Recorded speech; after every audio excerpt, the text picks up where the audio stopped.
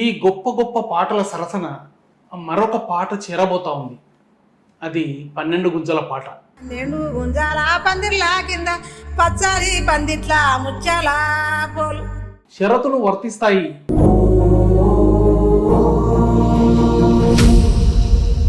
మరి ఈ పాటకు సంబంధించి, ఈ పాట పుట్టుకకు సంబంధించి మీరేం చెప్తారు? పెళ్ళి అంటే ఏంటంటే ఒక బంధం.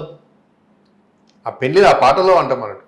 ఎవరో నువ్వు తెలవకున్నా, ఎనడూ నేను కలవకున్నా, బతుకులో సగ భాగం ఇచ్చే బంధమే పెళ్ళి అంటే. ఏమిటో నువ్వు తెలువకున్నా, ఎన్నడు నిన్ను కలువకున్నా, బతుకులో సగ భాగం ఇచ్చే ప్రేమ బంధమే. అది ఆ పాటలో ఉన్న ఆ పదాలని.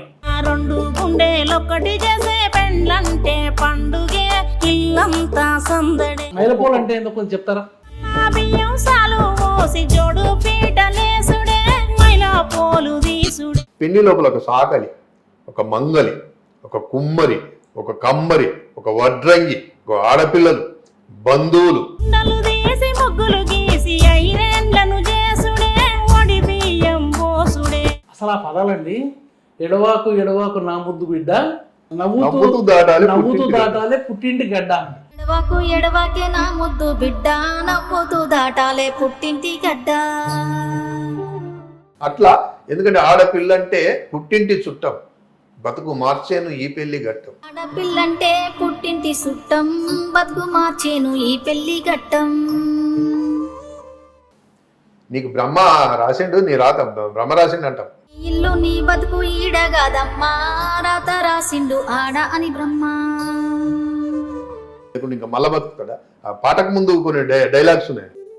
మంచిగా 4 యాటలు కొద్దాం, నా దోస్తులు నీ దోస్తులు అందరిని పిలుద్దాం, హల్చల్ చేద్దాం. ఆమె 10 రూపాయలు ఉన్నట్టు 20 రూపాయలు అప్పు చేసి 30 రూపాయలు బతుకుతామన్నట్టు.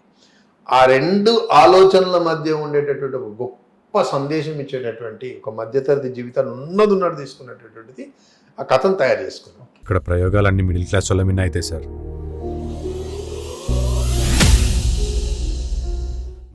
అందరికీ నమస్కారం. నా పేరు రావికన్ శ్రీనివాస్. టాప్ తెలుగు టీవీకి స్వాగతం.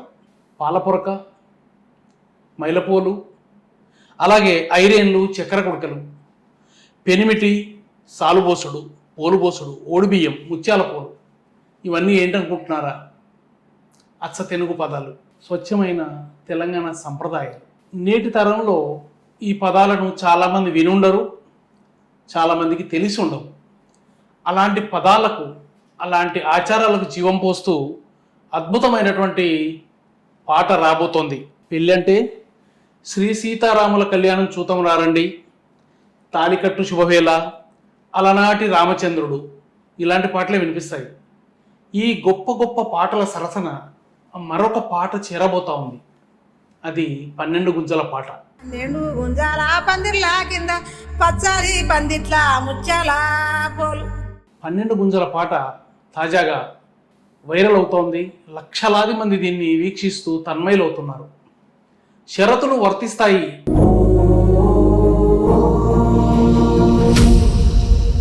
అనే సినిమా కోసం శ్రీ పెద్దింటి అశోక్ కుమార్ గారు ఈ పాట రాశారు.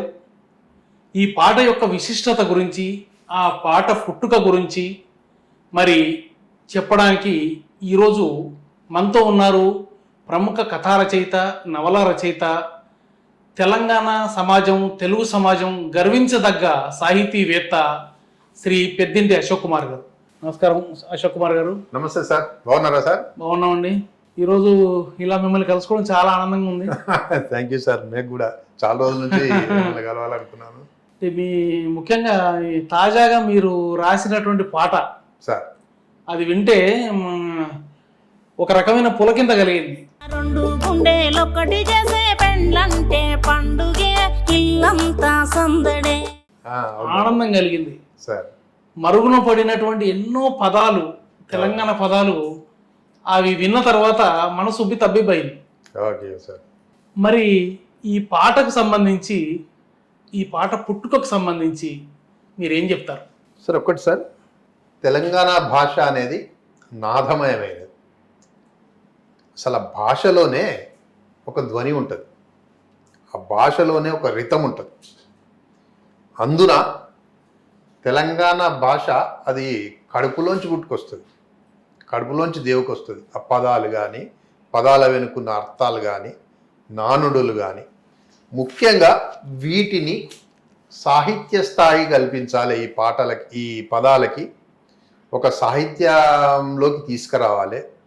తర్వాత ఈ సాంప్రదాయాలను, తెలంగాణ పెళ్ళి అంటే అంత పెళ్ళి దొరుకుతుంది, కానీ తెలంగాణ అంటే ఒక్కొక్క ప్రాంతంలో ఒక్కొక్క రకంగా ఉంటాయి. ముఖ్యంగా మనము సినిమాల్లో, తెలుగు సినిమాల్లో చాలా చూసినాం. ఆయా ప్రాంతాల్లో ఉండేటటువంటి పెళ్లి సందడి, తర్వాత పెళ్లిలో ఉండేటటువంటి ఈవెంట్స్ అవన్నీ చూసినాం. కానీ తెలంగాణలో ఉండేటటువంటి పెళ్ళి, తెలంగాణలో జరిగేటటువంటి పెళ్ళి ఇంకా వెండితెరకు ఎక్కలేదు. అది ఈ పాట ద్వారా ఖచ్చితంగా మనం తెలంగాణలో ఉండేటటువంటి ఒక సాంప్రదాయాన్ని చూపించాలనుకున్నప్పుడు ఆ ఈవెంట్స్ని తీసుకొని ఆ ఈవెంట్స్ మీద పాట రాయాలనుకున్నాం. ఆ పాట రాయాలనుకున్నప్పుడు పుట్టినటువంటిది ఈ పాట, ఈ పెళ్లి పాట. ఇందులో పెళ్లికి మీరు ఒక సరికొత్త నిర్వచనం ఇచ్చారు. అవునండి. పెళ్ళి అంటే ఏంటి, అది దాని గురించి కొంచెం వివరిస్తారా? పెళ్ళి అంటే మనం చాలా అనుకుంటాం, పెళ్ళి అంటే 100 ఏళ్ళ పంట, పెళ్ళి అంటే marriages are made in heaven, తర్వాత ఇంకేవో అని అనుకుంటాం. కానీ పెళ్ళి అంటే ఏంటంటే ఒక బంధం. ఆ పెళ్ళి ఆ పాటలో అంటాం అన్నట్టు, ఎవరో నువ్వు తెలియకున్నా, ఎనడూ నేను కలవకున్నా, బతుకులో సగ భాగం ఇచ్చే బంధమే పెళ్ళి అంటే. ఏమిటో నువ్వు తెలువకున్నా, ఎన్నడు నిన్ను కలువకున్నా, బతుకులో సగభాగమిచ్చే ప్రేమ బంధమే. పెళ్ళి అంటే నమ్మకం, నీ మీద నాకు, నా మీద నీకు. అంటే రెండు మనుషులు, ఒక మనిషిగా 2 మనసులు, 2 గుండెలు ఒక్కటిగా చేసి, 2 గుండెలు ఒక్కటిగా కలిసిపోవడము, 2 మనుషులు ఒకటిగా కలిసిపోవడము, తర్వాత 2 జీవితాలు ఆఫ్ అర్ధ భాగం ఇస్తూ మళ్ళీ ఒకటిగా కలిసిపోవడం. చిలుకర బెల్లం గట్టిన పసుపు తాడుకు పుస్తెలు గట్టిన ఇద్దరినొక్కటి చేసే కొంగు బంధమే పెళ్ళి. అది పెళ్ళి అంటే. అంటే పెళ్ళి అంటే ఒక గాఢత. పెళ్ళి అంటే మనుషులతో ఈవెంట్స్తో కాకుండా మనసులు కలుసుకోవడం. అంటే అవి పరిచయం లేకపోయినా ఆ బంధం అలాంటిది, ఆ పవిత్రత అలాంటిది, అందులో ఉన్నటువంటి బలం అలాంటిది. అందుకే ఇలా పెళ్ళి, ఇలా ప్రపంచంలో ఎక్కడా లేనటువంటి ఒక సాంప్రదాయం మన పెళ్ళిళ్ళల్లో ఉన్నది. అంటే మనం ఈ పెళ్ళినంతా తేలిగ్గా తీసుకోం. ఒక పెళ్ళి అయిందంటే గతం వాడు మంచోడు చెడ్డోడు జీవితాంతం వాళ్ళతో ఉండాల్సిందే, ఆ బంధం అలా కొనసాగాల్సిందే. అంత బలమైనటువంటి బంధం అది. దాన్ని నిర్వచించే ప్రయత్నం చేశాను అది ఆ పాటలో ఉన్న ఆ పదాలని. అవునండి, అవును. ఆ వాటిని కొంచెం చెప్తారా? అంటే ఆ 2 గుండెలు ఒకటి చేసే బంధమే పెళ్ళి అంటే 2 గుండెలను ఒకటి చేస్తుంది, అది ఒకటిగా చేస్తుంది. అంటే ఆ లబ్ధం శబ్దాలు ఒకటిగా వినిపిస్తాయి. 2 గుండెలొక్కటి చేసే పెళ్ళంటే పండుగే, ఇల్లంతా సందడే. తర్వాత ఎవరో నువ్వు తెలియకున్నా, ఎన్నడూ నిన్ను కలవకున్నా, బతుకులో సగ భాగం ఇచ్చే బంధమే పెళ్ళి. తర్వాత పుస్తెలు, మట్టెలు, ఒడిబియ్యం ఇవన్నీ పోస్తూ ఆ పెళ్ళికి ఒక గౌరవాన్ని, తర్వాత ఒక బంధాన్ని అద్దడం. అంటే పాలు తేనె కలిపి పోసి బంధానికి తీపి పూసి, పాలు తేనెని కలుపుతున్నాం, పాలు ఒక మేల్, తేనె ఒక ఫిమేల్ అట్లా కలిపేసి ఆ ఒక బంధాన్ని ఏర్పరిచి ఆ బంధానికి ఒక తీపి పూసి, అంటే ఆ విడిపోకుండా ఆ బంధాన్ని ఏకం చేసి కలపడమే పెళ్లి. పాలు తేనె కలిపి పోసి బంధానికి తీపి పూసి, పెట్టినింటి మేలు గోరి పూలు. అంటే మనం అనుకుంటాము ఈ ఈవెంట్లో ఏదో ఒక తాత్వికత ఉందండి. తెలంగాణ పెళ్లి లోపల ప్రతి ఈవెంట్లో ఒక తాత్వికత ఉంది. ఒక మట్టె ఒడిగినా, ఒక పుస్తె కట్టినా, ఒక ఒడిబియ్యం పోసినా, తర్వాత ఒక పాల పొరకతో పచ్చడి పందిరి, అందులో అంటారు పాల పొరకలు వేసుడే, పచ్చని పందిరి వేసుడే, బుక్కులు వేసి ఐరేన్లు చేసుడే అంటారు. ఈ ఐరేన్లు, పాల పొరక వీటి గురించి చెప్పండి కొంచెం. అంటే ఇప్పుడు పాల పొరక మన పచ్చని పందిరి వేసేది, అది అడవి నుంచి కొట్టుకొచ్చి పచ్చటి ఆకులతో పందిరి వేయడం. నాలేసి జాదులు పూసి పాల పొరక తీసుడే, పచ్చని పందిరేసుడే. అంటే పచ్చటాకులతో పందిరి వేయడం అంటే ఆ పెళ్లికి ఒక కళ, ఒక ఈవెంట్, దాన్ని ఆ దృశ్యాన్ని కల్పించడం. తర్వాత అందులోపల నుంచి ఒక్కొక్కటి ఈవెంట్, ఇప్పుడు ఓడి బియ్యం పోయడం, తర్వాత మైలపోలు తీయడం. అంటే ఈ ఒక్కొక్క ఈవెంట్ వెనుక మైలపోలు అంటే ఏందో కొంచెం చెప్తారా? బియ్యం సాలు మోసి జోడు పీటలేసుడే, మైలపోలు తీసుడే. ఇప్పుడు మైలపోలు తీయడం అంటే మీకు అర్థమైంది, నాకు అర్థమైంది. అవునండి. కానీ మన ప్రేక్షకుల కోసం మైలపోలు తీయడం అంటే ఏంటి? పెళ్లికి ముందు చేసేటటువంటి ఒక బియ్యం అంటే ఒకటండి, పెళ్ళి అంటే సబ్బండ వర్ణాలు, సబ్బండ కులాలు, సబ్బండ జాతులు ఏకమై చేసేది. ఇప్పుడు ఒక పంట పండింది అనుకోండి, ఒక రైతు వ్యవసాయం చేస్తున్నాడు అనుకోండి, రైతు ఒక్కడే వ్యవసాయం చేయడు. ఆ రైతుకు నీళ్లు తోడడానికి ఇచ్చే బొక్కెన ఒకరిస్తారు, పగ్గం వేయడానికి తాడు ఒకరిస్తారు, ఒక ముల్లిగట్టె ఒక వృత్తి ఇస్తుంది, ఒక కుండ ఒక వృత్తి ఇస్తుంది. అంటే ఆ రైతుకు మనిషికొక సహాయం చేస్తారు, మనిషికొక చేయిస్తారు. ఆ చేయడం వల్ల అప్పుడు రైతు పంట తీస్తాడు. ఆ పంట తీసిన పంట 10 మందికి పంచి పెడతాడు. పెళ్లి కూడా అలాంటిదే అన్నట్టు. పెళ్లి లోపల ఒక సాకలి, ఒక మంగలి, ఒక కుమ్మరి, ఒక కమ్మరి, ఒక వడ్రంగి, ఒక ఆడపిల్లలు, బంధువులు, శత్రువులు, ఉన్నోళ్ళు లేనోళ్ళు అన్న పెళ్లికి కలుస్తారు అన్నంత. అంటే ఇవన్నిటి సమ్మేళనం కలిస్తే ఒక పెళ్లి జరుగుతుంది.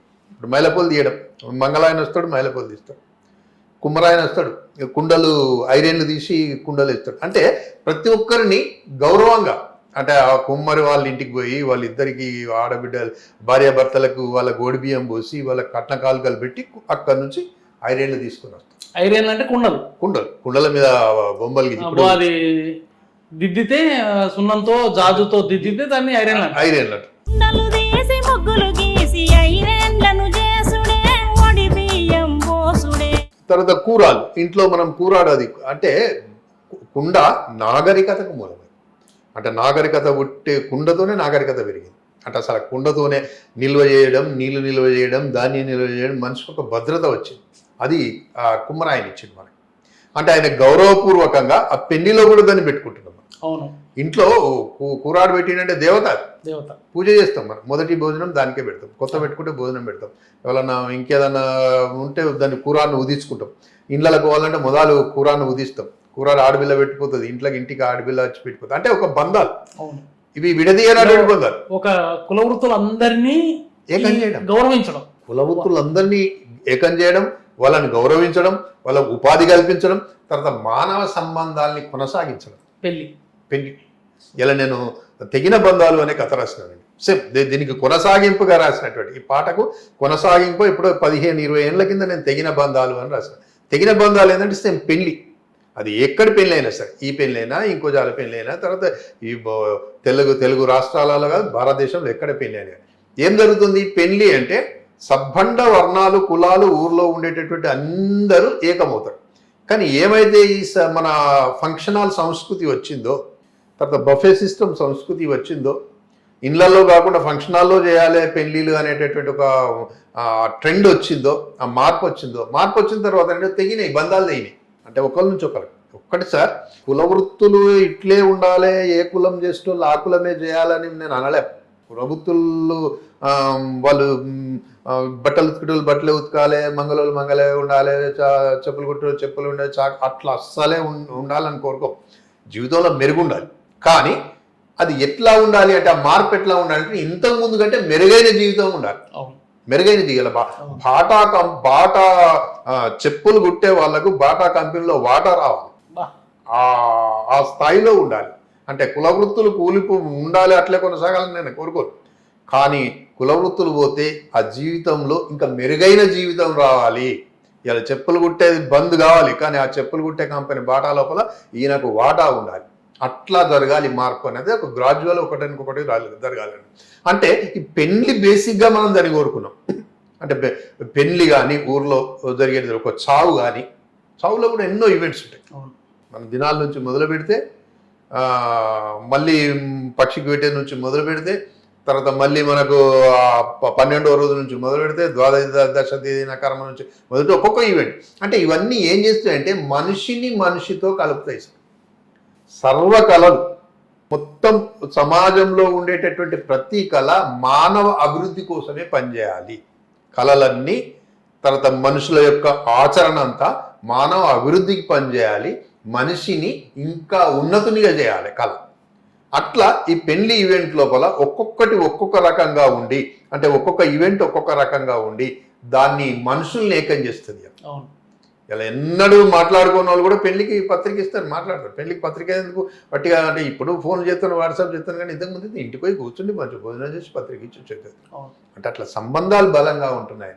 దాన్ని తీసుకురావడానికి మేము ఈ పెళ్లి పాట రాయడం జరిగింది. మా డైరెక్టర్ గారు అక్షర్ గారు ఆయన చెప్పాడు మనకు, ఒక తెలంగాణ పెళ్లిని మనం చూపిద్దాం. మనం పెళ్లి అనగానే ఇంతకుముందు అన్నీ ఇవే ఉన్నాయి కదా పాటలు, అద్భుతంగా మనం మంచిగా రెడీ అయ్యి లేకుంటే ఇంకేదో అవన్నీ అంతకుముందు జరిగేటటువంటి కొన్ని ఈవెంట్స్ ఉంటాయి కదండి, పెళ్ళికి ముందు అమ్మాయి దాకా పెట్టడము లేకపోతే ఇంకా అవి కాకుండా ఒరిజినల్గా ఒక పల్లెటూరులో ఒక మామూలు పెళ్ళి, ఒక 10, 15, 20 సంవత్సరాల కింద మనం చూసినటువంటి పెళ్ళి ఎట్లా ఉంటుండే, ఆ విధంగా దాన్ని ఒక ట్రెడిషనల్గా దాన్ని తెరకెక్కించాలి అని అన్నప్పుడు రాసినటువంటి పాట ఈ 12 గుంజాల పాట. చాలా సంతోషం అండి. ఈ సంప్రదాయాల్లో కూడా ఇప్పుడు కొంతమంది నగరాలకు వచ్చినా కూడా పాత సంప్రదాయాలు కొనసాగించాలన్నటువంటి ఆలోచన ఉన్నా కూడా ఆ కుల వృత్తుల వారికి సంబంధించినటువంటి అడ్రస్లు తెలియక, ఈ పదాలు వేరే వాళ్ళకి అర్థం కాక అసలు ఏదో రకంగా రాజీ పడిపోయి చేసేస్తున్నారు. ఇప్పుడు మీ పాట ద్వారా ఇవన్నీ మళ్ళీ కూడా ఒక్కసారి వెలుగులోకి వచ్చి మళ్ళీ పాత సాంప్రదాయం ప్రకారం పెళ్ళిళ్ళు జరుగుతాయని నాకు నమ్మకం అనిపిస్తుంది. తప్పకుండా సార్, జరగాలి. ఇప్పుడు భూమి గుండ్రంగా ఉంది సార్, ఎట్లా పోయినా మళ్ళీ మొదటికి వస్తాం. అవును, అంటే ఆర్భాటం పెరగవచ్చు కానీ ఆచారం మర్చిపోకూడదు అన్నది ఇప్పటికి మీరు చూడండి, మనిషి నెమరేసుకుంటుండు. ఇలా ఆయన పాట ఒక 50-60 ఏళ్ళ ఆయన స్కూళ్ళల్లో జరిగేటువంటి ఈవెంట్స్ అటెండ్ అవుతారు. అవును. తర్వాత పూర్వ విద్యార్థుల సమ్మేళనాలు జరుగుతున్నాయి. అవును. తర్వాత ఇప్పుడు ఈ సెల్ ఫోన్, తర్వాత ఈ వాట్సాప్, ఫేస్బుక్ మీద విసుగొచ్చి పుస్తకాలు చదువుతున్నారు. అవును. తర్వాత వాళ్ళు వీటికి దూరంగా ఉండి ఒక కనీసం వీకెండ్స్కో లేకుంటే నెలకో 2 నెలకో అందరం కలుసుకుందాం అనేటువంటి మనుషుల ఒక తపన మొదలైంది. ఎందుకు మొదలైందంటే మూలాల నుంచి చాలా దూరం వచ్చిండు మనిషి. అభివృద్ధి పేరుతో కానీ, లేకుంటే డెవలప్మెంట్ పేరుతో కానీ, లేకుంటే కెరీర్ పేరుతో కానీ ఆయన మూలాల నుంచి, ఆయన గ్రామం నుంచి, ఆయన జీవితం నుంచి చాలా దూరం వచ్చిండు మనిషి. దూరం వచ్చిన తర్వాత తెలిసింది అసలు మనం ఏం కోల్పోయినామో, అసలు భూమి మీదనే లేవు, ఏంటిది, ఎంత దూరం మనం పరిగెత్తగలం, పిడికెడు మెతుకులే కదా. మనం ఎంత సంపాదించినా ఎంత చేసినా పిడికెడు మెతుకులే కదా. ఇంకా ఆ పిడికెడు మెతుకులు దూరం అయిపోయాడు. ఎందుకంటే 30 ఏళ్ళకే షుగర్ వస్తుంది, 40 ఏళ్ళకే బీపీ వస్తుంది, 40-50 ఏళ్ళకు హార్ట్ అటాక్ వస్తుంది. ఇవి తెలుసుకున్న తర్వాత మనిషి అప్పుడు రియలైజ్ అవుతాడు. ఈ రియలైజ్ అయినప్పుడు మళ్ళీ వెనుకకపోతాడు, గో టు నేచర్. అంటే మళ్ళీ పాత జ్ఞాపకాలు, పాత అలవాట్లు. ఇప్పుడు కుండలలో నీళ్లు తాగుతున్నారు, తర్వాత ఉప్పుడు బియ్యం తింటున్నారు. ఇవి మంచి మనం వాళ్ళు పెద్దలు ఎన్నడో చెప్పారు, మన అరే ఉప్పుడు బియ్యం తినాలి లేకుంటే మంచిగా వట్టి ఒలిసిన బియ్యం తినాలన్నాడు, ఇట్లా తెల్లగా ఉండాలి బియ్యం, ఇట్లా ఉండాలి అని అనుకున్నారు. చాలా దూరం ప్రయాణించింది, ఇప్పుడు తెలిసిపోయింది. మళ్ళీ రా రైస్కి వచ్చినారు. తర్వాత కుండలలో వండాలని అంటున్నారు, ఇప్పుడు ఇవాళ కుండలలో తినాడు. లేకుంటే వాడు ఒక 2 గుంటలు 3 గుంటలు ఉంటే అందులో పంట వేసుకొని చిరుధాన్యాలు కూరగాయలు వేసుకొని తింటున్నారు. అంటే బాగా దూరం వచ్చిన దాకా ఇది తప్పని తెలిసినాక మళ్ళీ కొట్టున్నది. అట్లాగే మీరు అన్నట్టు రేపు పెళ్లిళ్ళు కూడా ఇట్లాగే జరుగుతుండొచ్చు. ట్రెడిషన్ ఇప్పుడు మనం ఇప్పుడు చూస్తున్నాం గుర్రాల మీద ఎక్కిపోడు. ఎప్పుడో మేము చిన్నప్పుడు చూసినాం, బాగుండే దొరగారుండే. మనం ఎవరన్నా ఊర్లో ఒక మంచి ధనవంతుని పెళ్లి అయితే దొర గుర్రం ఇస్తుండే. ఆ గుర్రం మీద పోయిండు అని అంటే పెద్ద గొప్ప అబ్బా దొర గుర్రం ఇచ్చిండట, గుర్రం మీద పోయాడు. ఆ గుర్రం ఏంది అనుకున్న కాళ్ళు, అడి కాళ్ళు, మొత్తం BMW కాళ్ళు ఇవన్నీ వచ్చిన తర్వాత అయిపోయింది, దాని మీద మోజు తిరిపోయింది. మలవాడు గుర్రానికి వచ్చాడు, గుర్ర బైక్కి వచ్చాడు, గుర్ర బండికి వచ్చాడు. అట్లా మీరు అన్నట్టు ఖచ్చితంగా మళ్ళీ ఈ ఈవెంట్స్ ఈ రకంగా మళ్ళీ మొదలవుతుంది. చాలా చక్కగా చెప్పారు. ఈ పాటలో ఉన్న ఇంకొక గొప్పతనం నాకు ఏమనిపించిందంటే, ఈ పాట వింటున్న తల్లిదండ్రుల్లో, ముఖ్యంగా అమ్మాయిల తల్లిదండ్రుల్లో విపరీతంగా కనెక్ట్ అవుతున్నాం. ఎందుకంటే అందులో మీరు అప్పగింతల సంబంధించిన రాసిన వాక్యాలు కంటతడి పెట్టేస్తున్నాయి. అందులో ఉన్న ఆర్ద్రత అసలు కదిలించేస్తుంది. ఆ వాటి గురించి కొంచెం చెప్తారా? ఆ వాక్యాలు, పదాలు, ముఖ్యంగా మనం మీరు అందులో రాసిన పదాలు. ఓకే సార్, ముఖ్యంగా ఏంటంటే అసలు ఒక సామెత ఉంది, ఎన్నేళ్ళున్నా ఏర తప్పది, 100 ఏళ్ళున్నా సాగు తప్పది. మనం ఎంత ఆధునికంగా పెంచినా, ఎంత ఆధునికత చేసుకున్నా ఇలా కొన్నిటిని మనం కాదలేకపోతున్నాం. ఇలా ఆడపిల్ల పెళ్లి చేసినామంటే ఆడపిల్లను ఒక ఇంటికి అప్పగించలేం. అంటే వాళ్ళు ఇప్పటికీ వాళ్ళకి వ్యక్తిత్వం ఉంది, వాళ్ళు అద్భుతంగా రాణిస్తున్నారు, ప్రతి రంగంలో వాళ్ళే ముందున్నారు. అయినా ఒక తండ్రిగా, ఇలా నాకు 2 ఆడపిల్లలు, ఒక తండ్రిగా ఎక్కడనో ఆ పెళ్ళి అయిన తర్వాత గుండెల మీద పెంచుకున్నటువంటి బిడ్డ చుట్టూ తన తెల్లాలైతే మా అమ్మాయి మనకు ఒక గాడ్ లాగా, ఒక డాక్టర్ లాగా, ఒక టీచర్ లాగా, ఒక అమ్మాయి ఇంట్లో ఉన్నది అంటే ఆ ఇంటికి ఒక డాక్టర్ ఉన్నట్టు, ఒక టీచర్ ఉన్నట్టు, ఒక గైడ్ ఉన్నట్టు. అవును. అంత అద్భుతంగా అంటే వాటిని కోల్పోతాడు తండ్రి. అవును. ఆ ఫీలింగ్ లో వచ్చినప్పుడు ఎడవాకే నా ముద్దు బిడ్డ, అసలు ఆ పదాలండి, ఎడవాకు ఎడవాకు నా ముద్దు బిడ్డ, నవ్వుతూ దాటాలి నవ్వుతూ దాటాలే పుట్టింటి గడ్డ అని అక్కడ వినిపించినటువంటి ఆ గాయకుడు కూడా ఆర్ద్రత అసలు అది వింటే నా కళ్ళల్లో నీళ్లు జలజల గారిపోతున్నాయి. ఎడవాకు ఎడవాకే నా ముద్దు బిడ్డ, నవ్వుతూ దాటాలే పుట్టింటి గడ్డ. అంటే అది చూసిన తర్వాత కథలని హృదయం ఉండదు అనిపిస్తుంది. ఆ పాట యొక్క పాదాలు కొంచెం వినిపిస్తారా? మనిషి మనం తడితో ఉన్నవాళ్ళం, అంటే మన తరం ఒక పద్ధతిగా పెరిగిన వాళ్ళం. అంటే ఎప్పటికి కూడా ఒక తరం ఏమంటదంటే ఇంకో తరం చెడిపోయింది అని అంటారు. మనం చెడిపోయినామని మన తండ్రులు అంటారు, మన పిల్లలు చెడిపోయిందని మనం అంటున్నాం. కానీ వాడి తరానికి వాడు పర్ఫెక్ట్గా ఉన్నాడు, మన తరానికి మనం పర్ఫెక్ట్గా ఉన్నాం. ఇట్లా మన తరంలో ఆ ఆడపిల్లను అప్పగించినాక ఇప్పటికీ పల్లెల్లో ఉండదు. ఇప్పుడు మనం మోడర్న్ అయిన తర్వాత ఈ పెళ్ళిళ్ళు ఇవి కొంత మనం ఒక ప్రాక్టికల్గా చూసినా ఈ పల్లెల్లోకి వెళ్ళి చూస్తే ఆ పెళ్లి నాడు ఖచ్చితంగా ఏడుస్తారు. ఏడవడమే మామూలుగా ఉండదు. అంటే ఎడవాకే నా ముద్దు బిడ్డ, నవ్వుతూ దాటాలే పుట్టింటి గడ్డ. బిడ్డ ఏడవకు, నువ్వు పుట్టింటి నుంచి పోతున్నావు. మీరేం చేస్తారు తెలిసిన సార్, పుట్టింటి పోయేటప్పుడు కడప గడిగి వేసుకుంటారు. కడప గడిగి పిడికాడు బియ్యం తల్లిదండ్రులు దాటి ఒడి బియ్యం పోసిన తర్వాత కూరాడు దగ్గరికి పోయి కూరాడు ముంగట కూర్చుండి పెట్టి తల్లికి తండ్రికి దీవెన పెట్టి పిడికాడు బియ్యం అలా పోసి అప్పుడు కడప గడిగి కడప దాటుతుంది. అవును. ఆ ఇంటితో తనకున్నటువంటి బంధం తెల్లాలైతే పొద్దుతే ఆడి పాడేటటువంటి తన ఇల్లు తనది కాకుండా పోతుంది. అంటే ఎటు పోతుంది ఆ ఫీలింగ్. అదే అక్కడ మీరు ఆడపిల్ల అంటే పుట్టింటి చుట్టం అన్నారు. ఆడపిల్ల అంటే పుట్టింటి చుట్టం. అసలు అంటే అది బతుకు మార్చేను ఈ పెళ్లి ఘట్టం అంటే ఆడపిల్ల అంటే పుట్టింటికి చుట్టం. చుట్టం లాంటిదంటే అంతే. ఇప్పుడు నువ్వు చుట్టం మీద అత్తుంటాడు పోతుంటాడు. బిడ్డ రేపటి నుంచి నువ్వు అంతే అత్తుంట పోతుంటాడు. మా అమ్మాయి మన ఇంటికి వచ్చింది అనుకోండి, అల్లుడు ఫోన్ చేసిండు, మామయ్య పంపి తొందరగా అంటే పంపించాల్సిందే. పంపించే లేదు, నా బిడ్డ నా ఇంట్లో ఉంటుంది, నువ్వేమైనా అంటావా అంటే 10 మంది ఊరుకుంటారు. నువ్వు బిడ్డ పెళ్లి చేసినావంటే నీ బిడ్డ ఎందుకు అవుతుందా పంపి అని అంటారు. అంటే ఆ సంప్రదాయం అలాంటిది. ఆడపిల్ల కూడా ఆమె కూడా ఉండదు. ఎలా ఒక తండ్రి ఓవైపు భర్త ఓవైపు ఉంటే పుట్టడి దుఃఖాన్ని గుండెలో పెట్టుకున్న భర్త అంటే పోతుంది. అట్లా పోతే ఈ తండ్రికి సంతోషం. తండ్రి తన వెంటే సంతోషపడడు తండ్రి, నా బిడ్డ సుఖంగా ఉండాలి, నేనేమైనా సరే అన్నప్పుడు తండ్రిని వదిలి భర్త అంటే పోతుంది. అట్లాగే ఆడపిల్ల తల్లిదండ్రులు ఈ పాట విని కళ్ళ నీళ్ళ పెట్టుకున్న సంఘటనలు నేను చూశాను. మా ఇంట్లో సార్ నాకు 2 అమ్మాయిలు, 2 పెళ్లి చేశాను. పెళ్లి చేస్తున్నట్టుంటే ఈ పాటలో ఆ అనుభవాలు నేను కూడా ఏడ్చాను. నా బిడ్డలు పెళ్ళినప్పుడు నేను కూడా ఏడ్చాను, ఈ మీద కూడా ఏడ్చాను. ఆ దుఃఖం తట్టుకోలేక మా బిడ్డలు కూడా ఏడ్చారు. 4 రోజుల దాకా మనుషులు కాలేదు. అంటే అంతటి అనుబంధం, ఆ పెన వేసుకున్నటువంటి అనుబంధం అట్లా ఉంటుంది. అట్లా ఈ పాట రాసేటప్పుడు నాకు అవన్నీ గుర్తొచ్చింది. మా ఇంట్లో కూడా ఏడ్చారు, మా మేడం కూడా.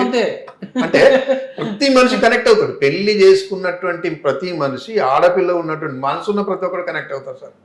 అట్లా ఎందుకంటే ఆడపిల్ల అంటే పుట్టింటి చుట్టం, బతుకు మార్చేను ఈ పెళ్లి ఘట్టం. ఆడపిల్లంటే పుట్టింటి చుట్టం, బతుకు మార్చేను ఈ పెళ్లి ఘట్టం.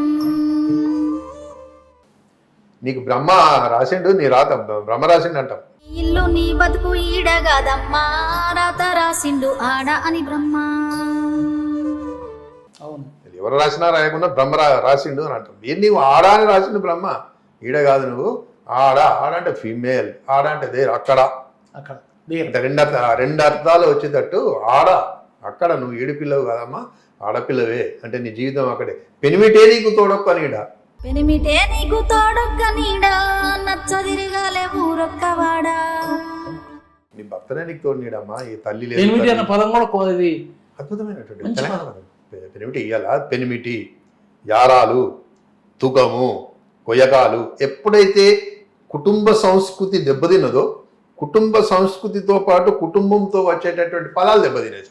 యారాలు అని అంటే ఇప్పుడు ఎవరు మనకు తెలియదు, మంచి పదం. తర్వాత మనం తోడికోడలు అంటారు. యారాలు, పెదనాయన, కాక, చీచ, ఇవన్నీ అద్భుతమైనటువంటి ఇవన్నీ పోయినాయి కదా. అంటే ఒక కుటుంబ సంస్కృతి దెబ్బతిన్నప్పుడు ఈ మానవ సంబంధాలతో పాటు ఇవి ఒక వ్యవసాయం సంస్కృతి దెబ్బతిన్నట్టు వ్యవసాయంతో ఉండేటువంటి పదాలన్నీ పోయినాయి. ఇప్పుడు కొయ్యకాలు అంటే తెలియదు, తుకము అంటే తెలియదు, నార్మడి అంటే తెలియదు, ఒడ్డు అంటే తెలియదు, ఓరం అంటే తెలియదు, మూట అంటే తెలియదు, బొక్కెన అంటే తెలియదు, కాని అంటే తెలియదు, బాండి అంటే చక్రం అంటే ఏం తెలియదు. అంటే వాళ్ళ తప్పు కాదు, ఈ తరాన్ని. ఈ తరము ఆ సంస్కృతికి దూరమైంది, ఆ వ్యవసాయిక పదాలకి వ్యవసాయిక పారిభాషకి దూరమైంది, వినడం లేదు. వారి తండ్రి టీచరు లేకుంటే ఉద్యోగస్తుడు, అప్పుడు ఆయన ఏమింటాడు, అన్ని సాఫ్ట్వేర్, తర్వాత ఈ కంప్యూటర్, సెల్ ఫోన్, ఇప్పుడు వస్తున్నటువంటి మార్పులు ఇవి వింటాడు. కాబట్టి ఆ పదాలు అందులో పెనిమిటి అనేది కూడా మనుషుడు దేవుతున్నటువంటి పదం. పెనిమిటేని దేవుడు అన్న పదం కూడా ఇప్పుడు వాడకం తగ్గింది. వెతుకుడు, వెతుకుడు, లెంకుడు, దేవులాట, దేవుతుంది, తలడమల్లమైతుంది, మనసు తలడమల్లమైతుంది అంట. తలడమల్లం అలా బొచ్చల మెరిసింది అంటే ఎవడన్నా తిట్టిండి అనుకో, బిడ్డ నన్ను తిట్టినరా బొచ్చల మెరిసింది అంటే, బొచ్చల మెరిసిందంటే గుండె కలుపు మారడం. మీరు ఎన్ని పదాలు మాడండి, బొచ్చల మెరిసింది అనేటటువంటి ఆ థిక్నెస్ అది రాదు, ఒక ఆ అర్థం రాదు, ఆ మీనింగ్ రాదు. అబ్బా బొచ్చల మెరిసినట్టు అయిందిరా అంటే అట్లా దెబ్బ అంత దాకింది అన్నట్టు, అంత మనసులోకి రుచుకుపోయింది అన్నట్టు. అలాంటి పదాలు తెలంగాణలో కోకొల్లవు సార్. ఇలా పల్లెల్లో కూర్చుంటే సార్ ఒక్కటే భాష ఎక్కడ బతికింది అంటే పల్లెల్లో బతికింది, మంచి మాట, పల్లె సందులలో బతికింది.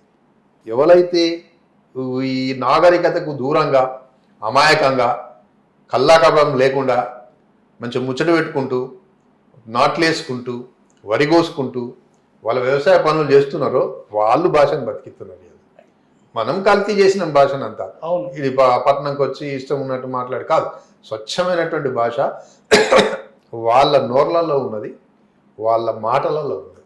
అందుకే నేను ఎక్కువగా బేసిక్గా నేను టీచర్ సార్. గ్రామాలతో నాకు సంబంధం ఉన్నది, గ్రామ సంప్రదాయాలతో సంబంధం ఉన్నది. కాబట్టి నాకు పాఠశాలనే నా ప్రయోగశాల, పిల్లలే నాకు సైంటిస్టులు, వాళ్ళే నాకు గురువులు. తర్వాత కథలు రాయడం నాకు ఒక ఫ్యాషన్, కథలు రాయడమే నాకు ఇష్టం. అట్లా మా ఊరి మనుషులే నా కథల్లో పాత్రలు. ఇది లోకంగా బతుకుతున్నామని. కాబట్టి ఆ పల్లె భాష కానీ, పల్లె మాటలు కానీ, పల్లె సాంప్రదాయం కానీ నా ప్రతి కథల్లో తొలగిసలాడుతుంటాయి, వస్తుంటాయి. అట్లాగే ఈ పాటలో కూడా పూర్తి పల్లెదనం వచ్చింది. ఈ పాటలో మీరు చివరిలో తాజాగా వచ్చినటువంటి ఆ ట్రెండ్ కూడా మీరు అందులో పెట్టడం అది చాలా గొప్పగా అనిపించింది. డీజే గుద్దు అంటాడు, డీజే గుద్దు అని అంటాడు, తర్వాత తీన్మార్ అంటాడు, ఆ తర్వాత అక్కడ సెల్ఫీలు తీసుకోవడం అనేటువంటిది అనిపిస్తుంది. ఆ ఊళ్ళో బరాతులో డ్యాన్సులు చేస్తారు. అలా ఇవన్నీ కూడా తాజా ట్రెండ్ను కూడా మీరు పాటలో తీసుకొచ్చారు. అంటే పెళ్లి తంతు మొదలైనప్పటి నుంచి బరాత్ అయిపోయి ఆ అమ్మాయి ఇల్లు చేరేదాకా కూడా ఆ పాటలో అక్షరబద్ధం చేశారు. ఆ డీజే, ఆ సెల్ఫీలు, వాటి గురించి కొంచెం చెప్పండి. ఒక్కటి సార్, ఇప్పుడు రచయిత ఎవరైనా, కవి, కథా రచయిత ఎవరైనా ప్రజలకు కానీ, ప్రేక్షకులకు కానీ, వీక్షకులకు కానీ, పాఠకులకు కానీ ఒక అడుగు దూరంలో ఉండాలి, ఎక్కడో ఉండదు. ఇలా నేను సాంప్రదాయం చెప్తున్నాను, ఎప్పుడో 1940-50s జరిగినటువంటి పెళ్ళి గురించి నేను చెప్పిన అనుకో, అంత అట్రాక్టివ్గా ఉండదు. తను ప్రజెంట్ చేయాలి, నేను అది చెప్పాలి. అది చెప్పాలంటే వాళ్ళని కొంతసేపు వాళ్ళెంబడబోయి ఇది మాదే అన్నట్టు వాళ్ళని నమ్మించి తర్వాత నాకు చెప్పుకోవాలి. ఆ సెల్ఫీలు తీయడం అనగా అరే ఇప్పుడే ఫ్యాషన్ రాను అనుకుంటాను. తర్వాత ఇప్పుడు ముఖ్యంగా ఏంటంటే ఈ డీజే తర్వాత భరత్ తీయడం. ఇంతకుముందు భరత్ అంటే కూడా చాలా మంది తెలియదు. ఇంతకుముందు అయితే దప్పులతో దిద్దు, ఇప్పుడు మన డీజే తర్వాత పాటలు ఇవన్నీ ఇంకా వాయించడం కూడా లేదు. అది చేస్తే అది మోగుతానే ఉంటుంది రాత్రంతా, అది ఎంతసేపు అయితే ఆ ప్లే అయితేనే ఉంటుంది. అట్లా ఇప్పటి ట్రెండ్ను మిక్స్ చేసి ఇది మనదే అని తర్వాత దీంతో మనం అప్పటి ట్రెండ్ చెప్పడం, ఇవి రెండు మిక్స్ చేసి చెప్తే ఏంటంటే చేరుతుంది. మనం అదే ఇప్పటి ట్రెండ్ మొత్తం చెప్పినాం అనుకో అవసరం లేదు. ఇప్పుడు చూస్తున్నాం మనం 3 రోజుల నుంచి జరిగేటటువంటి ఈవెంట్స్ అన్నింటినీ మనం చూస్తున్నాం. అప్పర్ ట్రెండ్స్ చెప్పాలి. అప్పర్ ట్రెండ్స్ చెప్పాలంటే నేను ఇదే అని అప్పటిదే చెప్పిన అనుకో, చూసేవాళ్ళ బోర్ కొడుతుంది రా భయ అన్నట్టు, ఇదేంద్ర ఏముందో కాదు.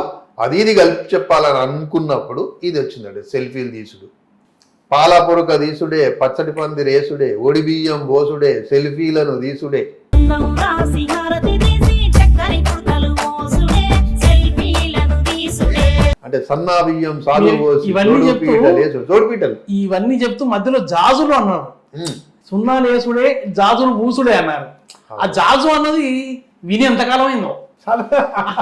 జాజు జాజు దొరుకుతుంది ఇప్పుడు. ఆ జాజు అనేది సున్నాలు వేసుడు లేదు, కలర్ పెయింటింగ్ వేయడం, అంతే. కలర్లు వేయడం.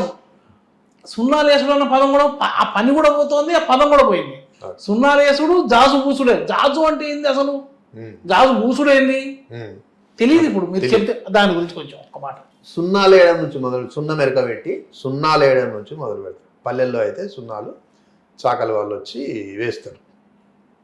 మామూలుగా జాజు పట్టీలు అంటే తెల్లటి సున్నం మీద ఎర్రటి పట్టి, జాజు పట్టి అంటే అందంగా కనపడుతుంది, అంటే అలంకరణ జరుగుతుంది. సున్నాలేసి జాజులు ఊసి పాలాపొరక దీసుడే, పచ్చడి పంది రేసుడే. సున్నాలేసి జాజులు పూసి పాల పొరుక తీసుడే పచ్చని పంది రేసుడే. అంటే జాజులు వెనకటైతే ఇంతే, ఇంటికి సున్నం వేసుడు, ఆ జాజుతో గీతలు పెట్టుడు, డిజైన్ వేసుడు. గీతలు. ఇప్పటికైనా మనం మట్టి ఇళ్ళల్లో చూసుకున్నటువంటి అలుకుడు, మట్టి ఇళ్ళలో చూసుకున్నట్టు, మట్టి గోడలు ఉన్నటువంటి ఇళ్ళలో చూసుకున్నట్టు సున్నాలు వేస్తారు. అది పెయింటింగ్ కూడా. పెయింటింగ్ తర్వాత సున్నం వేసిన తర్వాత తెల్ల సున్నం జాజు పట్టీలు కుడతారు. జాజు పట్టీలు కూర్చి దాని మీద చిన్న ఈ కింద అయితే మొత్తం ఫ్లోరింగ్ ఉంటుంది, దాన్ని అలుకుతారు, అలుకుపూత చేసి. అంటే ఆ ఇంటికి సంబంధించినటువంటి ఒక మధ్యతరగతి కుటుంబంలో జరిగేటటువంటి ఈవెంట్ అది. అంటే కథలో, సినిమా కథలో షరతులు వర్తిస్తాయి అనే సినిమాలో హీరో హీరోయిన్లు మధ్యతరగతి వాళ్ళు. ఆ హీరోకి ఏంటంటే ఉన్నంతలో బతుకుదాం, మనం అప్పు చేసి పప్పు కూడా తినడం ఎందుకు, 10 రూపాయలు ఉంటే 10 రూపాయలు ఉంటే 5 రూపాయలు దాచుకుని 5 రూపాయలు అలా బతుకుదాం అని ఒక భద్రత జీవి. అంటే తను, తన కుటుంబము, తన ఆఫీసు, తను చేస్తున్నటువంటి చిన్న ఉద్యోగము, తన ప్రియురాలు, ఇదే ప్రపంచం వాడి. దీంట్లో వాడు భద్రతగా బతకాలనుకుంటాడు. ఎందుకంటే జీవితం నుంచి చాలా కష్టాలను చూసినవాడు. తండ్రి లేడు, సముద్రం అంతా సంసారాన్ని మోస్తున్నవాడు. ఒక చెల్లె పెళ్లికుంది, తర్వాత ఇంట్లో తల్లి ఉన్నది, తమ్ముడు చదువుకుంటున్నాడు. వీడి వయసు అంతా 25 ఇయర్సే. కాబట్టి వీడు ఈ కుటుంబం మోసే ఆ బరువు లోపల వీడి మనస్తత్వం ఏంటంటే మనం ఉన్న దాంట్లో బతకాలే, చిన్న మధ్యతరగతి కుటుంబం మనది, పొదుపుగా బతకాలే అని వీడు ఇంకో అమ్మాయిని ప్రేమిస్తాడు. ఆ అమ్మాయి ఎలాంటిది అంటే ఎట్టెట్టుంటుంది, మనిషి బతకపోతాడా, లేకుంటే ఇంకా మళ్ళా బతుకుతాడా? ఆ పాటకు ముందు కొన్ని డైలాగ్స్ ఉన్నాయి. మంచిగా 4 యాటలు కొద్దాం, నా దోస్తులు నీ దోస్తులు అందరిని పిలుద్దాం, హల్చల్ చేద్దాం అంటే ఇవన్నీ 4 యాటలు కొద్దాం, జోర్దార్ తీద్దాం, ధూమ్ధాం చేద్దాం, ఈవెంట్ పెడదాం, తర్వాత మనం ప్రీ వెడ్డింగ్ పెట్టుకుందాం, ఈ షూటింగ్ పెట్టుకుందాం, నీకేం తెలియదు ఇట్లా చేసుకోవాలి. డైలాగ్ లో కూడా ఇవన్నీ మంచి జ్ఞాపకాలు అబ్బా అంటుంది. పెళ్ళంటే జ్ఞాపకం అబ్బా, నీకేం తెలుసు, నీకు గిట్లా తెలియదు, నువ్వు కూర్చో. మన పెళ్లి గ్రాండ్ గా చేసుకుంటున్నాం అంతే, ఇగో నీకేం తెలియదు ఊకో, ఇవన్నీ జ్ఞాపకాలబ్బా అని. అంటే అమ్మాయిది ఏంటంటే హైఫైగా ఉండాలి, అదే బతకపోతామా, అప్పు అయితే జరుపుకుందాం, చూద్దాం ఎవరు వెనక సీరు ఎట్లయితే అట్లయితే. కానీ ఇప్పుడు మళ్ళీ పెళ్లి మళ్ళీ చేసుకుంటాం, మళ్ళీ మనం ఈ లైఫ్ వస్తుందా, మళ్ళీ ఈ ప్రీ వెడ్డింగ్ షూటింగ్ తర్వాత ఎక్స్ప్రెషన్ కూడా చాలా స్వచ్ఛంగా ఉంది. అరే ఏం మనిషివయ్యా నువ్వు, పెళ్ళి అంటే ఒక్కసారే చేసుకుంటారు. అంటే ఆ భాష కానీ, మాటలు కానీ, కొత్త ఎక్స్ప్రెషన్ కానీ చాలా బాగుంది. చైతన్యరావు గారు చాలా అద్భుతమైనటువంటి హీరో. ఆయన మంచి పర్ఫార్మెన్స్, మంచి ఇప్పుడు పర్ఫార్మెన్స్ ఉన్నటువంటి యంగ్ అండ్ డైనమిక్ హీరో. అమ్మాయి కన్నడ అమ్మాయి, అసలు మన తెలుగు అమ్మాయి కాదు, ఇంకా మన పక్కింటి అమ్మాయి లెక్కనే ఉంటుంది, కానీ కన్నడ అమ్మాయి. తెలంగాణ నేర్చుకొని తెలంగాణలో డబ్బింగ్ చెప్పి తెలంగాణలో మంచి ఇక్కడ పుట్టిన అమ్మాయి సంబంధించి అంటే దర్శకుడు, సంగీత దర్శకుడు, వాళ్ళ గురించి కొంచెం చెప్పండి సార్. దర్శకుడు అక్షర కుమారస్వామి మంచి విజన్ ఉన్నవాడు. చాలా రోజులు పెద్ద పెద్ద డైరెక్టర్ దగ్గర అసిస్టెంట్ డైరెక్టర్గా చేసినవాడు. తను ఎన్నో రోజుల నుంచి ఒక మంచి సినిమా తీస్తాము అని అన్నప్పుడు ఈ షరతులు వర్తిస్తాయని ఒక మంచి కథ తయారు చేసుకున్నాడు. ఇప్పుడు చెప్పినట్టు మధ్యతరగతి కథ అంటే వైరుధ్యాలు, ఇద్దరి మధ్య వైరుధ్యాలు. అంటే భార్య, ఆ పిల్ల హైఫైగా బతుకుతామంటది, వీడేమో లో ప్రొఫైల్, ఏది ఉన్న దాంట్లో 10 రూపాయలు ఉంటే 5 రూపాయలు బతుకుతా ఉంటాయి. రిజిస్టర్ ఆఫీస్లో గుళ్ళో పెళ్లి చేసుకుంటాం, ఖర్చులు తక్కువైతే. ఇవన్నీ చెప్పకు నాకు, మన పెళ్లి గ్రాండ్ గా చేసుకుంటున్నాం అంతే. ఆమె 10 రూపాయలు అంటే 20 రూపాయలు అప్పు చేసి 30 రూపాయలు బతుకుతామనంట. ఆ రెండు ఆలోచనల మధ్య ఉండేటటువంటి ఒక గొప్ప సందేశం ఇచ్చేటటువంటి ఒక మధ్యతరగతి జీవితాన్ని ఉన్నది తీసుకున్నటువంటిది ఆ కథను తయారు చేసుకున్నాం. ఇక్కడ ప్రయోగాలన్నీ మిడిల్ క్లాస్ వాళ్ళ మీద అయితే సార్.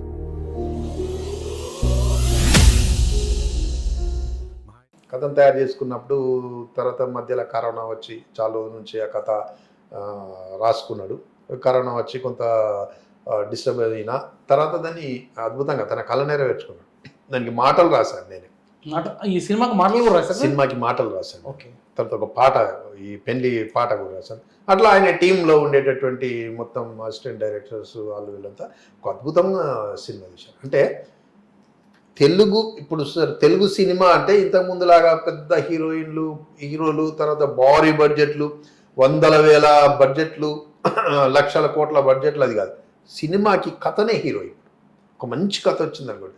కరోనా తెచ్చినటువంటి ఒక మంచి మార్పు ఏంటంటే సినిమాలల్లో చిన్న సినిమాలు పెద్ద సినిమాలు అనేది చిన్న బడ్జెట్ పెద్ద బడ్జెట్ ఉండొచ్చు, కానీ చిన్న సినిమా పెద్ద సినిమాలు కానీ ఏమీ తెలియనటువంటి ఎప్పుడూ చూడనటువంటి హీరోయిన్లు వచ్చిన మంచి పర్ఫార్మెన్స్ అయితే ప్రేక్షకులు అద్భుతంగా ఆదరించారు. దానికి బలగం మంచి ఉదాహరణ. బలగం చాలా అద్భుతం, ప్రపంచ సినిమా అయింది కదా. బలగం విజయం అనేది చాలా మందికి ఆలోచింపజేసింది, ఆత్మశైర్యం ఇచ్చింది. ఒక గొప్ప పూర్తిగా తెలంగాణ స్వచ్ఛమైన గ్రామీణ వాతావరణాన్ని చూపడం, తెలంగాణ భాషని పూర్తిగా వాస్తవికంగా చూపడం, అక్కడ ఉన్నటువంటి పద్ధతులను చూపడం వల్ల బలగం చాలా గొప్ప సినిమా అయింది. అట్లాగే మీరు మలేషియన్ సినిమాకు మాటలు రాశారు. మలేషియన్ సినిమాకు అద్భుతమైన ఆదరణ వచ్చింది. దానికి నాకు తెలిసి జాతీయ బహుమతి అవార్డు కూడా వచ్చింది. ఒక్కటిసారి ఇప్పుడు బలగం డైరెక్టర్ పల్లెల్లో పుట్టినవాడు, చాలా కష్టపడి పైకి వచ్చినవాడు. కాబట్టి ఆయనకు పల్లె సంస్కృతి, పల్లెల్లో ఉండేటటువంటి అనుబంధాలు, ఆప్యాయతలు అన్నీ నరనరాన్ని వంటబట్టినవాడు. కాబట్టి తన ఇన్పుట్ అద్భుతంగా ఇవ్వగలిగాడు. ఇన్పుట్ అద్భుతంగా ఉంది కాబట్టి అవుట్పుట్ అద్భుతంగా ఇవ్వగలిగాడు. దానికి దిల్ రాజు గారు చాలా అద్భుతంగా సపోర్ట్ చేశారు. ప్రపంచ సినిమా ఇది, చిన్న సినిమా. అలా పెద్ద హీరోలు, పెద్ద పేరున్నోళ్ళు, హీరోయిన్లు, లేకుంటే డ్యూయెట్లు, అది ఇది పెద్ద బడ్జెట్ ఏమీ లేదు. సింపుల్గా ఒక కథని చెప్పిండు, కథను నమ్ముకొని చెప్పిండు. అట్లాగే ఇలా తెలుగులో కూడా ఇప్పుడు కథనే హీరో. అలాంటి అద్భుతమైనటువంటి బలగం వచ్చిన తర్వాత ఒక 100 మందికి ధైర్యం వచ్చింది. సినిమా ఎట్లా తీసినా మంచి జీతే నడుస్తుంది, అసలు సినిమాకు హీరో కాదు, సినిమాకు కథనే హీరో, బలమైన కథ ఉంటే ఖచ్చితంగా ఆదరిస్తారు అనేటువంటి ఒక పిడికెట్ ధైర్యం వచ్చి చాలా మంది ముందుకు వచ్చారు. బలగం తర్వాత వచ్చినటువంటి మార్పు ఏంటంటే చాలా ముందుకు వచ్చింది. మన సినిమా ఇండస్ట్రీని నిర్వచిస్తే ఆఫ్టర్ బలగం బిఫోర్ బలగం అని చెప్పుకోవచ్చు. బలగం తర్వాత మంచి కాంటెంట్ ఉన్నటువంటి సినిమాలు వస్తున్నాయి, కాంటెంట్ ఉన్నటువంటి దర్శకులకు తర్వాత రచయితలకు ఒక బలం వచ్చింది. మనం ఇట్లా కూడా సినిమా ఇక్కడ ఇంకొకటి కూడా చెప్పుకోదగ్గ మార్పు ఏంటంటే సినిమా రంగంలో తెలంగాణ వాళ్ళు చాలా మంది ఉన్నారు, ఎప్పటి నుంచో ఉన్నారు. శ్రీనారాయణ రెడ్డి నుంచి మొదలుకొని చంద్రబోస్ వరకు చాలా మంది తెలంగాణ నుంచి ఉన్నారు. సుద్దాల అశోక్ తేజ గారు కానీ, శ్రీనారాయణ రెడ్డి గారు కానీ, మన చంద్రబోస్ గారు కానీ చాలా మంది ఉన్నారు. కానీ గత కొంతకాలంగా తెలంగాణ భాష అక్కడ వెలుగుతుంది. అంటే ఏ ఒక క్యారెక్టర్కో కమెడియన్కో కాకుండా కథ మొత్తం తెలంగాణ భాషతో నడిచేటువంటి రోజులు వచ్చాయి. అంటే అది నిర్మాత ఎవరైనా దర్శకుడు ఎవరైనా సరే ఇప్పుడు తెలంగాణ భాషను పక్కన పెట్టే పరిస్థితి లేదు. అంటే ఈ తెలంగాణ భాష ఇది 75-80 సంవత్సరాల సినీ రంగ చరిత్రలో ఈ తెలంగాణ భాషకి ఒక స్వర్ణయుగంలాగా అనిపిస్తా ఉంది. దీని గురించి మీ భావన? సార్, దీనికి ముఖ్యంగా తెలంగాణ భాషను అద్భుతంగా తెరకెక్కించిన వాడు నరసింహరావు సార్, లెజెండ్. దాన్ని ఎవరు కాదనలేము. ఆయన మా భూమి, రంగుల కళ నుంచి మొదలు పెడితే దాసి అద్భుతంగా ప్రపంచ సినిమాని చేశాడు తెలంగాణలో. తర్వాత వచ్చినటువంటి తరంలో తెలంగాణను కమర్షియల్గా చూడలేకపోయారు. అయితే ముఖ్యంగా ఏంటంటే సినిమా తర్వాత సినిమా అంటే అదొక వ్యాపారం. ఒక 10 రూపాయలు డబ్బులు పెట్టినామంటే 15 రూపాయలు డబ్బులు రావాలి, 20 రూపాయలు డబ్బులు రావాలి. తర్వాత ఏంటంటే ఒక కోస్తా ప్రాంతం, ఒక ఆంధ్ర ప్రాంతం, తర్వాత అక్కడి కథలు, అక్కడి సినిమాలు, అక్కడి జీవితమే సినిమా, అక్కడ చూస్తేనే నడుస్తుంది అనే ఒక అభిప్రాయం ఉంది. మామూలుగా ఎవరిదేం తప్పు కాదు, ఏ ట్రెండ్ నడితే ఆ ట్రెండ్ను వరకు కావాల్సింది ఏంటంటే వ్యాపారం, అవును. అది జరగాలి. 50 రూపాయలు పెట్టుబడి పెట్టిందంటే 100 రూపాయలు లాభం రావాలి, అది ఏదైనా కానీ. అట్లా చాలా రోజులు 2010 దాకా అదే జరిగింది. అంటే తెలంగాణలో ఏమున్నది, తెలంగాణలో చూపించడానికి ఏమున్నది, సినిమా మెటీరియల్ కాదు, అసలు సినిమా కథ వస్తువే లేదు, సినిమాకు వనికొచ్చేటటువంటి కమర్షియల్ పాయింటే లేదు కదా, అదేం చూపిస్తాము అనేటువంటి ఒక అభిప్రాయం ఉండే. 2010 తర్వాత అది పూర్తిగా మారిపోయింది. తెలంగాణలో కథలు ఉన్నాయి, తెలంగాణలో దుఃఖం ఉంది, తెలంగాణలో సంతోషం ఉంది, తెలంగాణలో ప్రేమ ఉంది, తెలంగాణలో రొమాన్స్ ఉంది, తెలంగాణలో తీస్తే కూడా సినిమాలు నడుస్తాయి అన్న ఆలోచన 2010, ఆ మార్పు 2010 నుంచి వచ్చింది. ముఖ్యంగా తెలంగాణ రాష్ట్రం రావడం, దానికి తర్వాత ఆ ఊతం ఇచ్చింది. తర్వాత ఉద్యమం లోపల ఆ పాటలు కానీ సాహిత్యం కానీ ఒక మార్పు కానీ ప్రశ్నించారు. అరే మాది కూడా మేము కూడా మనుషులమే కదా, మా జీవితం ఇలా బతుకమ్మ పండుగ, సంక్రాంతి లాంటి దాని మీద పండుగ మీద 100 సినిమాలు వచ్చాయి, బతుకమ్మ పండుగ లాంటిది ఒక్క సినిమా రాదేది, ఇన్ని వేల మంది 100 లక్షల మంది జరుపుకునేటువంటి గొప్ప పండుగ అనేటు ప్రశ్నించడం మొదలుపెట్టిన తర్వాత తెలంగాణ మీద ఈ నిర్మాతలు, తర్వాత సినిమా వాళ్ళ దృష్టి పడ్డది. తర్వాత వచ్చినటువంటి ఫిదా సినిమా అవును చాలా అద్భుతంగా నడిచింది. అవును. అప్పటి నుంచి ఒక ట్రెండ్ కథ, ఇక తెలంగాణ కూడా ఒక కమర్షియల్ వస్తువే, తెలంగాణలో తీస్తే కూడా నడుస్తాయి. అంటే బాలకృష్ణ లాంటి హీరో కూడా తెలంగాణ భాషని వాడొచ్చు అని. తెలంగాణ భాష బాలకృష్ణ లాంటి వారు కూడా తెలంగాణలో తీస్తే సినిమా నడుస్తుంది అని నడిచింది కూడా. అవును, అది గొప్పగా నడిచింది కూడా. అంటే సార్ ఒక్కటి సార్, భాషకి ప్రాంతీయ సినిమాలో ఆ భేదము లేదు. నువ్వు కనుక బలంగా చెప్తే ఏ భాషలోనైనా చూస్తారు. దానికి ఉదాహరణ ఏంటంటే బలగం సినిమాని ఆంధ్ర ప్రాంతంలో విపరీతంగా ఆదరించారు. అద్భుతంగా ప్రపంచ సినిమా కొన్ని పదాలు అర్థం కాకుండా అడిగి తెలుసుకున్నారు. అంటే ప్రజలు ఆదరిస్తారు సార్. ప్రజలకు ఈ మంచి ప్రేక్షకులకు, మంచి ప్రజలకు, సినిమా ప్రేమికులకు ఈ ప్రాంతీయ భేదాలు ఉన్నాయి. ఇంకొకటి ఇక్కడ ఏమవుతుంది, మాకు తెలియనిటువంటి కల్చర్ ఇక్కడ ఉంది, మాకు తెలుగు, ఇదంతా వాళ్ళకి కొత్తగా ఉంటుంది. ఇప్పుడు బియ్యాల ఒక తెలుగు సినిమా 100 సంవత్సరాలు దగ్గరగా వస్తుంది కదా, ఆ 100 సంవత్సరాలు చూసింది. కానీ తెలంగాణ ప్రాంతంలో ఉండేటటువంటి మనం నరసింహరావు సార్ తర్వాత అవును ఎవరు చూపించలేకపోయారు. అది 2010 ఈ తరం వాళ్ళు చూసారు, కొత్తగా అనిపించింది, అద్భుతంగా అనిపించింది. ఆ భాషలో ఉండేటటువంటి ఒక ఆత్మీయత అనిపించినప్పుడు ఇప్పుడు పూర్తిగా అసలు తెలంగాణ మొత్తం పెట్టిన, తెలంగాణలోనే షూటింగ్ చేసిన ఖచ్చితంగా అది సక్సెస్ అయ్యేటటువంటి అవకాశం. మీరు చాలా సినిమాలకు పనిచేశారు. మీరు మల్లేశం సినిమాతో చాలా మంచి గుర్తింపు వచ్చింది మీకు. అప్పటి నుంచి ఇప్పుడు షరతులు వర్తిస్తాయి దాకా మీ సినీ రంగ ప్రస్థానం ఎట్లా జరిగింది? మాటలు, పాటలు, వీటిలో మీరు ఎక్కడెక్కడ మీ పాత్ర ఉంది, దాని గురించి చెప్తారు. ముఖ్యంగా నేను ఇప్పుడు అనుకున్నట్టే సినిమా మనది కాదు, అసలు తెలంగాణలో సినిమానే లేదు, సినిమానే రాదు కంటే ఇంకా తెలంగాణ రైటర్స్ సినిమాకి రాస్తారా? పాటలు అప్పటికి పాటలు రచయిత చాలా అద్భుతంగా నారాయణ రెడ్డి గారు లాంటి ఉన్నారు మహానుభావులు. అట్లా ఉన్నా కానీ ఒకరు ఇద్దరికో అవకాశం, సినిమా కథలు మాటలు మనకేం అవకాశం వస్తుంది అని అనుకున్నాను. అసలు ఊహించలేదు ఈ సినిమా మెట్లు ఎక్కుతాము అని, అసలు సినిమాలకు మనం రాస్తాము అని ఊహించలేదు. బేసిక్గా నేను కథా రచయితను, కథలు రాసుకుంటూ తర్వాత నవల్స్, స్టోరీస్, నాటకాలు, వ్యాసాలు, ఇవి నా సాహిత్యం. నేను బేసిక్గా నేను ఒక టీచర్ను, మ్యాథమెటిక్స్ టీచర్ను. పిల్లలకు చదువు చెప్పడం, నిబద్ధతతో వాళ్ళకు నేర్పించడం. తర్వాత నేను కథా రచయితగా ఏ మార్పునైతే కోరుకుంటున్నానో, ఒక సామాజిక ప్రయోజనాలు ఆశించే వ్యక్తిగా నేను ఏ మార్పునైతే కోరుకుంటున్నానో ఆ మార్పును నా పిల్లల్లో తేవడానికి నేను ప్రయత్నిస్తున్నాను. వాళ్ళని కూడా రచయితలుగా రచన వైపు పెట్టడం చేస్తున్నాను. 2010లో అనుకుంటాను, నాకు వాసిరెడ్డి నవీన్ గారు మంచి మిత్రుడు. ఆయన కృషి గారికి నన్ను పరిచయం చేశారు. చాలా గొప్ప డైరెక్టర్, గొప్ప విజన్ ఉన్నటువంటి డైరెక్టర్. వేదం సినిమా, అంతకుముందు గమ్యం సినిమా చేశాడు ఆయన, తన second cinema Vedam cinema. Vedam cinema చేస్తున్నప్పుడల్లా తెలంగాణ డైలెక్ట్,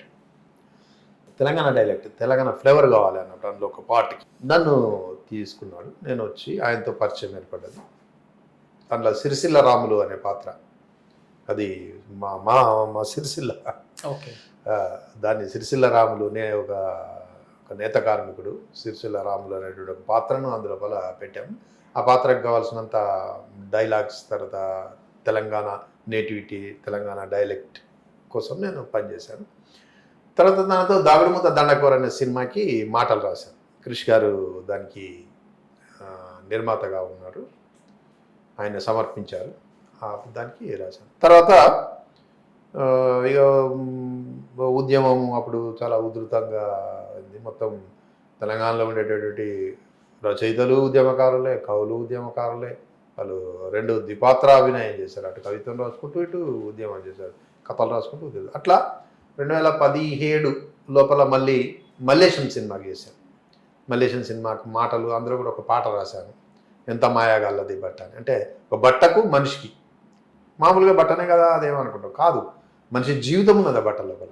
అంటే అది ఒక 6 మూరల బట్ట, వీడు 6 ఫీట్ల మనిషి, అందులోపల వీడి లోపల షట్చక్రాలు ఉంటాయి, అందులోపల రంగులు ఉంటాయి, ఒక్కొక్క రంగు మనిషి లోపల కూడా ఒక్కొక్క రంగు ఉంటుంది, దానిలో కూడా ఒక్కొక్క రంగు. అంటే బట్టకు దీనికి మధ్య ఇలా అందులో పడుగు పేకలు ఉంటాయి, ఆ బట్ట లోపల అడ్డు మనిషి లోపల నరాలు ఉంటాయి. అట్లా వాటిని పోలుస్తూ ఒక తాత్వికమైనటువంటి ఎంత మాయాగల్లది బట్ట అనేది, అంటే బట్ట మర్మం తెలిసి బతికితే, అంటే బట్ట మర్మం తెలియాలి, అంటే మనిషి నీ మర్మం తెలియాలి, బట్ట మర్మం కూడా తెలియాలి. తెలిస్తే మనిషి మర్మం తెలిస్తే వాడికి బట్ట మర్మం తెలిసినట్టే, తర్వాత బ్రహ్మలోకం ఉన్నట్టే. అట్లా ఒక తాత్వికమైనటువంటి పాట అందులో పడాలి. తర్వాత దొరసాని సినిమాకి, తర్వాత సాచి అనేటువంటి ఒక సినిమాకి, తర్వాత ఇంకా ఒక 2-3 సినిమాలకి వర్క్ చేశాను. తర్వాత 8am మెట్రో అని హిందీలో వచ్చింది, దానికి కూడా రచన. తర్వాత ఇప్పుడు ఒక 2 సినిమాలకి పనిచేస్తున్నాను. అంటే తెలంగాణ నాకు బలమైన కోరిక ఏంటంటే తెలంగాణను కూడా సినిమాగా, తెలంగాణ జీవితాన్ని సినిమాగా ఎక్కాను. అది కూడా ఒక మంచి, ఎంత అద్భుతమైనటువంటి జీవితం ఉంటుంది తెలంగాణ లోపల. ఒక మధ్యతరగతి జీవితం ఉంటుంది, తర్వాత ఒక కష్టపడేటువంటి మనుషులు ఉంటారు, తర్వాత ఇక్కడ సంతోషాలు ఉంటాయి, పండుగలు ఉంటాయి. వీటన్నిటి కూడా మనం వెండితెర మీద చూపించాలి. అది కూడా మనం, ఎందుకంటే సినిమా బలమైన మాధ్యమం. ఏ మాధ్యమము ఒక 100-1000 కథలు రాసిన రానటువంటి ఒక మార్పు ఒక సినిమాతో వస్తుంది. ఖచ్చితంగా ఒక సినిమాతో వస్తుంది. ఒక సినిమా అంత లోపలికి వెళ్ళిపోతుంది, దాని మీద అంత క్రేజీ ఉంటుంది, తర్వాత అదంతా వర్క్ చేస్తుంది. అట్లా సినిమా వైపు వెళ్ళడం జరిగింది. మీరు రాసినటువంటి జిగిరి ఆ నవలకు సంబంధించి సినిమా రాబోతుంది అని గతంలో చెప్పారు. ఆ ప్రయత్నం ఎక్కడ దాకా వచ్చింది? అంటే అది నడుస్తుందండి. మనం ఇక వాళ్ళు దాని గురించి చెప్తారు. అది 12 భాషల్లోకి ట్రాన్స్లేట్ అయింది. ఒక మంచి కాన్సెప్ట్ ఉన్నటువంటి నవల. దాని అంతర్జాతీయ సినిమా అవుతుంది అనేది దాని గురించి వాళ్ళు దర్శక నిర్మాతలు చెప్తారు. సో ఇప్పుడు తెలంగాణ పెళ్ళి వైభవాన్ని, పద్ధతుల్ని, సంస్కృతిని ప్రతిబింబించేటువంటి పాట మీకు ప్రజల నుంచి ఎట్లాంటి స్పందన వస్తుంది? మీరు ప్రత్యక్షంగా విన్న వాటిలో మీకు బాగా నచ్చినటువంటి స్పందన ఏంటి? చాలా నచ్చినటువంటి స్పందన ఏంటంటే, ఇప్పుడు మా ఊర్లోకి వెళ్ళినాను నేను. అదొక పెళ్ళి ఈవెంట్ జరుగుతుంది. మామూలుగా మనం వెళ్ళి కూర్చున్నాము, మంచిగా మాట్లాడుతున్నాము, ఆ పాట వేసారు. విచిత్రం అనిపించింది. ఇంకో విచిత్రం ఏంటంటే, ఆ పాట నేను రాసినట్టు అటు ఎవరికి తెలియదు. ఓకే, అంటే రచయిత కంటే ముందే పాట వెళ్ళిపోయింది, ఎక్కడికో దూరం వెళ్ళిపోయింది. ఆ పాట వేసింది, దాని మీద మంచిగా ఎగురుతున్నాడు.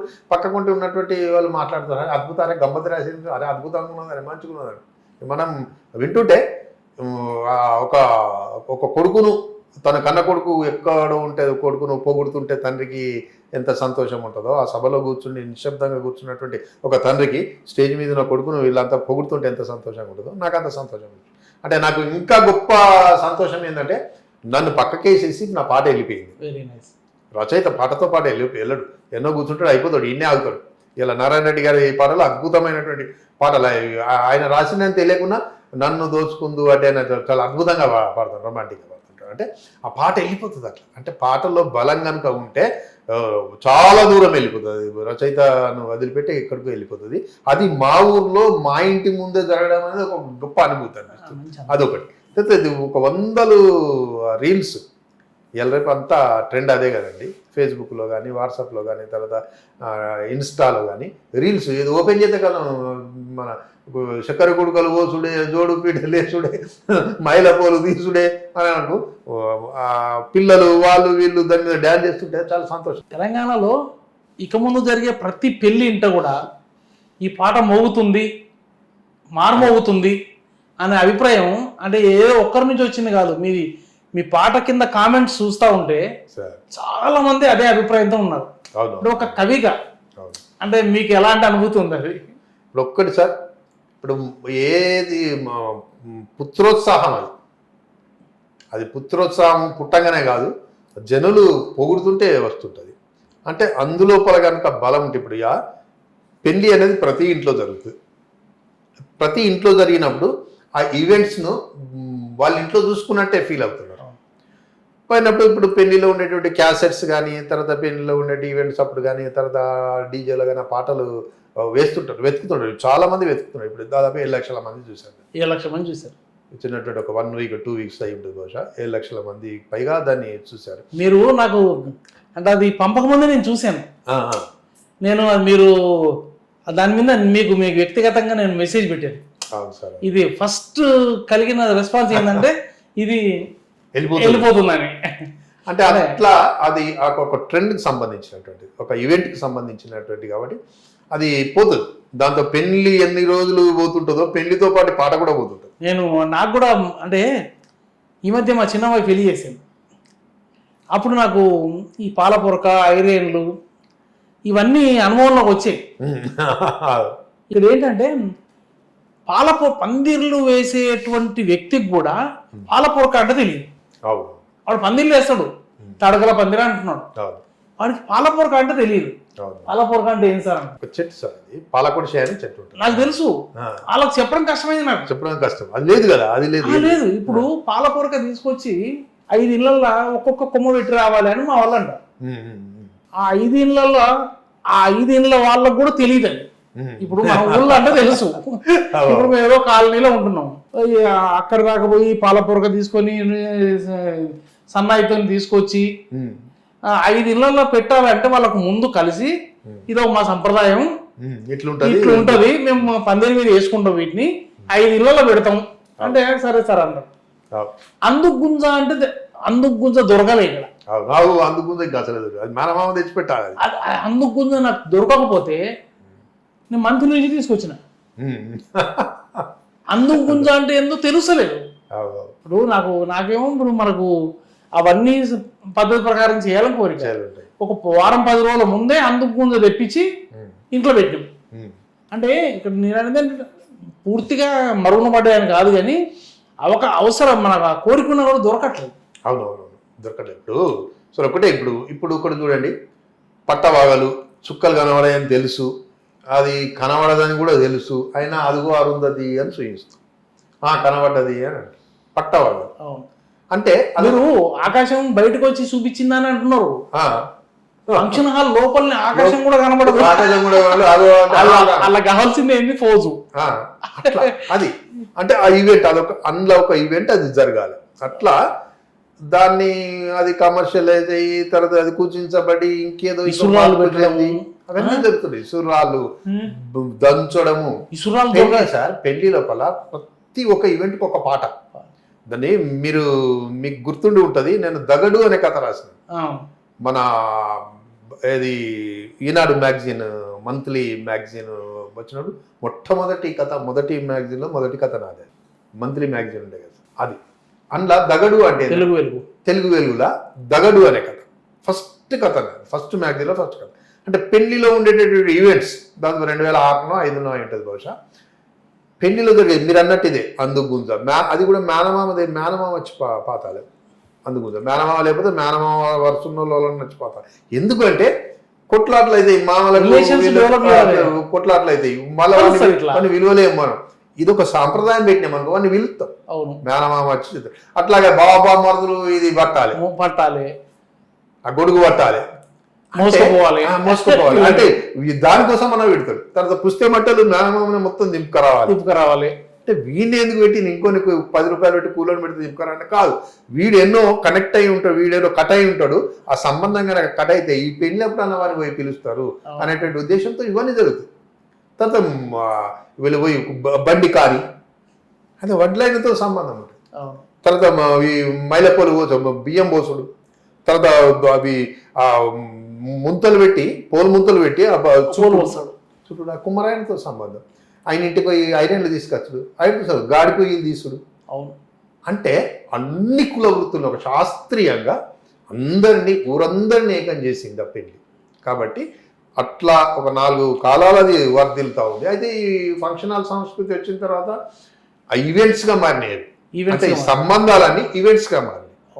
అవి ఇదొక పద్ధతి అని అనుకున్నాం తప్ప పద్ధతి వెనుక ఒక మనిషితో ఉండేటువంటి కనెక్షన్, మనిషితో ఉండేటటువంటి ఒక అనుబంధం, పెరుగుతున్నటువంటి అనుబంధం ఇది అనేది అది కట్ అయిపోయింది. అదొక వ్యాపారంగా అయిపోయింది. సో మీ పాటతో ఈ మర్చిపోతున్న ఆచారాలు, మర్చిపోయినటువంటి పదాలు వెలుగులోకి వచ్చి రేపు భవిష్యత్తులో ప్రతి ఇంట మారుమోగాలని మనస్ఫూర్తిగా కోరుకుంటున్నాం. Thank you sir. మంచి పాటను అందించినందుకు మీకు మరోసారి అభినందనలు. మా స్టూడియోకి వచ్చి మాతో మీ ఆలోచనలు పంచుకున్నందుకు హృదయపూర్వకంగా కృతజ్ఞతలు. Thank you sir. ధన్యవాదాలు. Thank you. సబ్స్క్రైబ్ చేయండి. Subscribe to please do subscribe to Please like, share and subscribe to top Telugu TV. Top Telugu TV. Top Telugu TV. Top Telugu TV.